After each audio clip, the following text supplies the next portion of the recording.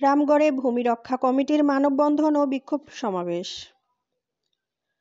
পার্বত্য চট্টগ্রামের অখণ্ডতা ও নিরাপত্তা রক্ষার্থে প্রত্যাহারকৃত সেনা ক্যাম্প পুনঃস্থাপন, গুচ্ছ গ্রামবাসীদের ভূমি বেদখল বন্ধ ও অবৈধ অস্ত্র উদ্ধার এবং পার্বত্য চট্টগ্রাম নিয়ে দেশ বিদেশি ষড়যন্ত্র বন্ধের দাবিতে খাগড়াছড়ির রামগড়ে মানববন্ধন ও বিক্ষোভ সমাবেশ করেছে রামগড় ভূমি রক্ষা কমিটি ও সর্বস্তরের বাঙালি জনতা। বুধবার 5ই মার্চ সকাল 11টার রামগড় বাজার খাগড়াছড়ি বাস স্ট্যান্ডের সামনে থেকে একটি প্রতিবাদ মিছিল বাজার মূল সড়ক প্রদক্ষিণ শেষে হাই প্লাজা মার্কেটের সামনে মানববন্ধনে মিলিত হয়।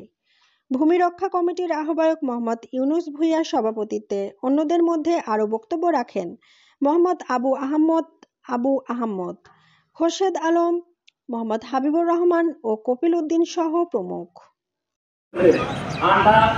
আমরা সবাই আমাদের রামগড় উপজেলার পক্ষ থেকে আমাদের যে সমস্ত ভূমিগুলা দখল হয়ে গেছে, আমরা এগুলা অতি সত্ত্বে ভূমিগুলা উদ্ধার করার জন্য